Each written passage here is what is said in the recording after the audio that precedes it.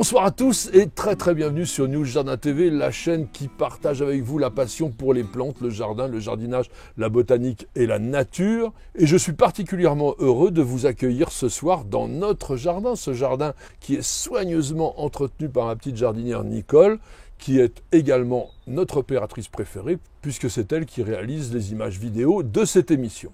Et nous avons l'immense plaisir de vous accueillir pour ce numéro 252 de notre émission journalière Le Quotidien du Jardin, cette émission qui vous est laissée à libre disposition pendant au moins 24 heures, souvent plusieurs jours. Mais bien sûr, ensuite, si vous désirez avoir accès à l'ensemble de toute notre collection, et ceci en permanence, eh bien nous vous demandons une petite participation, à savoir devenir membre de News Jardin TV Le Club. N'hésitez pas à nous rejoindre. La particularité de l'émission Le Quotidien du Jardin, c'est que nous répondons tous les soirs à l'une de vos questions. Alors continuez à nous les envoyer, elles sont extrêmement importantes. Et c'est avec Nicole que nous les sélectionnons. Et pour ce soir, nous avons retenu celle de Jeff Muse, qui nous dit la chose suivante. Je souhaite transformer une partie de mon gazon en prairie fleurie.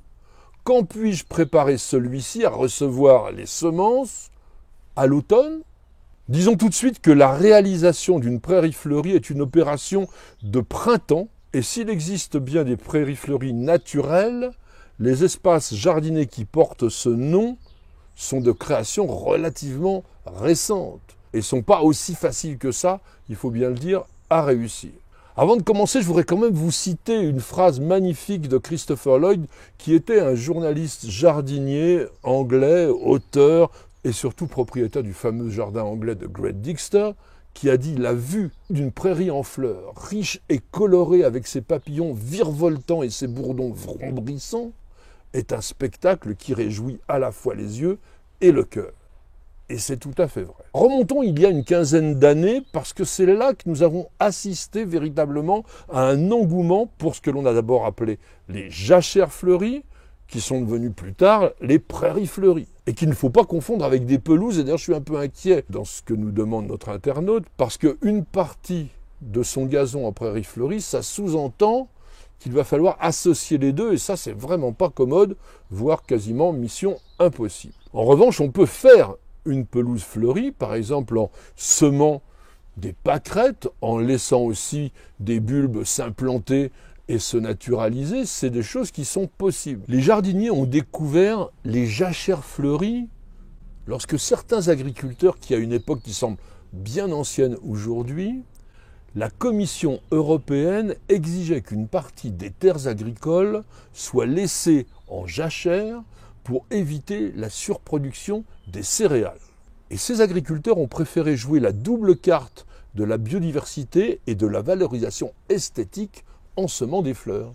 Pour vous remettre dans le contexte, rappelons qu'entre 1992 et 2008, les agriculteurs avaient donc l'obligation de laisser en jachère 10% de la sole, c'est-à-dire la terre labourable, en contrepartie d'une indemnisation qui permettait de limiter les excédents de production de céréales. Évidemment, la terre ne devait pas rester nue, et en France, il y avait alors pas moins de 12 millions d'hectares en jachère. Au sens étymologique du terme, le mot jachère fleurie est impropre, puisqu'il dérive du latin médiéval gascheria, devenu gaschière, vers l'an 1200, et qui désignait une terre labourée non ensemencée pour la laisser reposer.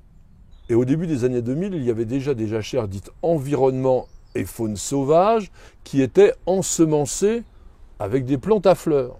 Mais c'est la jachère messicole, composé de plantes annuelles que l'on rencontre spontanément dans les moissons, c'est-à-dire le coquelicot, Papaver rhoas, le bleuet, Centaurea cyanus, la nielle des blés, Agrostema gitago, et puis les chrysanthèmes des moissons, Glebionis segetum, qui ont créé l'engouement pour ces fleurs sauvages en mélange. Et puis n'oublions pas quand même la jachère apicole, qui existait aussi et qui était conçue pour favoriser le développement des abeilles et la production de miel, mais également la venue des insectes butineurs pour la pollinisation des cultures, qui sont totalement indispensables. Et là, on se met de la facélie, Phacelia tanacetifolia, du sainfoin, du trèfle blanc, du trèfle incarnat, de la moutarde, du colza, et puis aussi le bleuet et le coquelicot.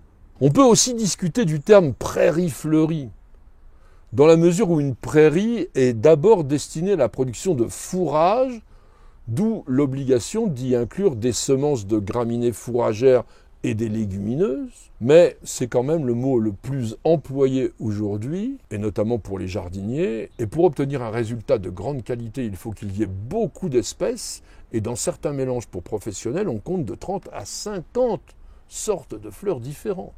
Et effectivement, parce que la diversité est absolument indispensable pour un résultat harmonieux, et puis durable surtout.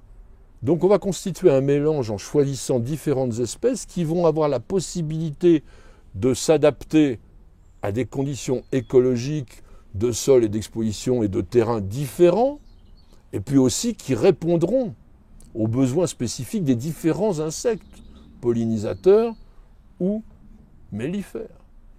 Et une chose très très importante, il faut savoir qu'une prairie fleurie n'est valable à la fois sur le plan écologique et sur le plan esthétique que sur une surface relativement importante. Dans un jardin, un minimum de 50 mètres carrés, c'est-à-dire 5 par 10, me semble un minimum. L'idéal serait plutôt autour de 100 mètres carrés, 10 mètres par 10 mètres, voire plus bien entendu, parce que plus c'est grand et plus c'est beau.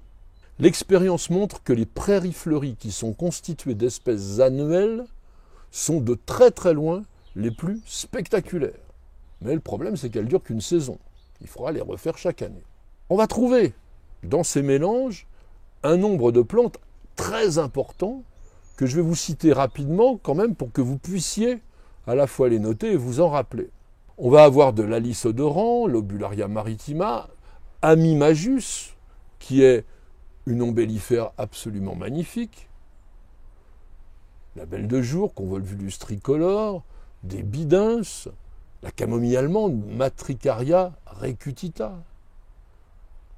des chrysanthèmes sauvages, chrysanthèmes des moissons, Coreopsis tinctoria, le cosmidium, que les botanistes appellent Telesperma burigeanum, les cosmos, qu'ils soient Cosmos bipinatus ou Cosmos sulfureus, pavot de Californie, les scolcia, les godessia, les gypsophiles, Gypsophila elegans, les lavataires, le Leia platiglossa, le lin bleu et le lin rouge, la linaire, la nigelle de Damas, le Phacelia tanacetifolia dont on a parlé, la roquette même, Eruca sativa, la sauge ormin, Salvia viridis, silène, souci, tagette, vipérine faux-plantain, Echium plantagineum, et puis zinnia. Vous voyez un petit peu cette liste, elle est énorme, mais elle n'est pas complète, il y en a encore d'autres. Et puis, il existe les prairies pluriannuelles, c'est-à-dire celles qui vont vivre plusieurs années. Personnellement, je trouve que c'est souvent assez décevant. Et là-dedans, on va retrouver des achillées, l'aneth, la camomille, la campanule, la carotte sauvage, la giroflée, le lin bleu, la marguerite, la mauve, le myosotis, des saxifrages, du thym, des véroniques, avec souvent en complément des bulbes, par exemple des tulipes sauvages et des narcisses, qui se naturalisent très bien. L'intérêt, c'est que ça va revenir l'année suivante, mais généralement en proportion beaucoup plus faible, et il faudra ressemer au milieu de tout cela. Passons maintenant à la réalisation, qui n'est pas franchement commode, parce qu'il faut commencer par un désherbage total de la parcelle. Alors, le mieux aujourd'hui, c'est de faire ce que l'on appelle un faux semis, c'est-à-dire que vous gratouillez le sol avec une griffe superficiellement de façon à mettre les graines qui sont spontanées en condition, elles vont lever, et dès qu'elles sortiront du sol, eh bien, avec une binette, vous allez les couper, vous allez les éliminer. C'est très efficace, ça demande un petit peu de travail. Ensuite, il faut préparer un lit de semences très finement. D'abord à meublir sur environ 30-40 cm de profondeur pour que les racines rentrent le plus bas possible, puisqu'il ne sera pas toujours possible d'arroser. Et vous devez avoir une structure bien souple sur cette profondeur-là. Donc là, on passe au bêchage, qu'on le veuille ou non, et puis au griffage. Et ensuite, on ratisse superficiellement. Maintenant, passons au semis proprement dit. D'abord, vous avez des graines qui n'ont pas une densité homogène. Vous allez donc brasser le mélange, comme on le fait d'ailleurs avec le gazon, pour de nouveau avoir quelque chose de mieux réparti. Et puis, comme on sème en général à la dose d'environ 5 grammes de graines au mètre carré, c'est pas très facile à répartir de façon homogène, vous allez associer vos graines avec un support, que ce soit du sable fin, de la tourbe blonde, ou du terreau tamisé, ou des cosses de sarrasin par exemple. Et là, vous en mettez entre 5 et 7 fois le volume de graines, ce qui vous permettra d'obtenir ce semis homogène dont on a besoin. Et en même temps, les graines elles se retrouveront dans un milieu plus favorable à leur germination. Je vous ai dit au début de l'émission que c'était une opération de printemps, et oui, mais il faut attendre quand même que le sol soit suffisamment réchauffé. Parce que les graines ont besoin d'un minimum de température pour bien germer. Et puis, il ne faut pas être en période de sécheresse parce que le sol doit être humide. En général, on va semer à partir de la seconde quinzaine de mars jusqu'à mi-avril dans les climats océaniques ou méditerranéens. Autour du 15-30 avril dans les régions intermédiaires, par exemple en Île-de-France. Et puis en revanche, dans les zones d'altitude ou au climat continental qui est bien marqué, on opérera fin avril, début mai, jusqu'au 15 mai environ. Lorsqu'on sème tardivement, dans la deuxième quinzaine de mai par exemple, vous limitez la concurrence des mauvaises herbes, enfin ces herbes sauvages qui germent spontanément. En revanche, si vous semez très tôt, vous bénéficierez d'une implantation des graines meilleure et donc d'une meilleure résistance à la sécheresse des plantes. Et puis le secret de la réussite, c'est de réaliser un semis en croix. Vous allez répartir une partie des graines dans le sens de la longueur du terrain, et puis vous passerez ensuite une seconde fois dans le sens de la largeur. Ce semis croisé va donner quelque chose de beaucoup plus homogène, et pour obtenir des prairies fleuries comme celles qui illustrent cette émission, il faut pratiquer ainsi. Outre le fait que la prairie fleurie, lorsqu'elle est réussie, c'est extrêmement spectaculaire, même si ce n'est pas toujours très très durable, 1 mois, 2 mois parfois. En revanche, vous avez un bénéfice écologique incontestable, avec un impact très spectaculaire sur la faune. Parce que aussitôt qu'apparaissent les premières jeunes plantes, le milieu va être immédiatement colonisé par de nombreux insectes et aussi des invertébrés. Toute cette faune trouve des éléments extrêmement favorables à son développement, du pollen, du nectar, de l'eau qui reste à l'aisselle des feuilles et des tiges, et puis un couvert pour les abriter. Et donc vous créez un véritable petit écosystème qui aura l'avantage de ne pas être perturbé par l'homme, puisque vous allez le laisser intact pendant toute la saison. Si ce côté-là est un avantage indéniable, de l'autre côté, évidemment, il y a un inconvénient, puisque lorsque vous créez une prairie fleurie, vous n'avez pas accès à l'espace, on ne marche pas au milieu des herbes. Encore une fois, je voudrais insister sur le fait que réaliser une belle prairie fleurie, ce n'est pas évident. Toutes les belles images qui illustrent cette émission ont été prises chez des professionnels. Et puis je voudrais terminer en citant Michel Lys, qui était un bon ami et aussi un jardinier célèbre. Je pense que beaucoup d'entre vous l'ont connu. Et il a écrit la chose suivante: indifférente aux hommes, les fleurs des champs colorent nos bords de chemin, nos talus, nos prairies, de teintes pastel à rendre jaloux Raoul Dufy ou Marie Laurencin. Merci à tous et à chacun de nous avoir suivis. J'espère que vous avez passé un bon moment et surtout que cette évocation des prairies fleuries vous aura intéressé et vous aura peut-être donné envie d'en faire une. Je vous rappelle, pas trop petit pour que ça soit vraiment spectaculaire.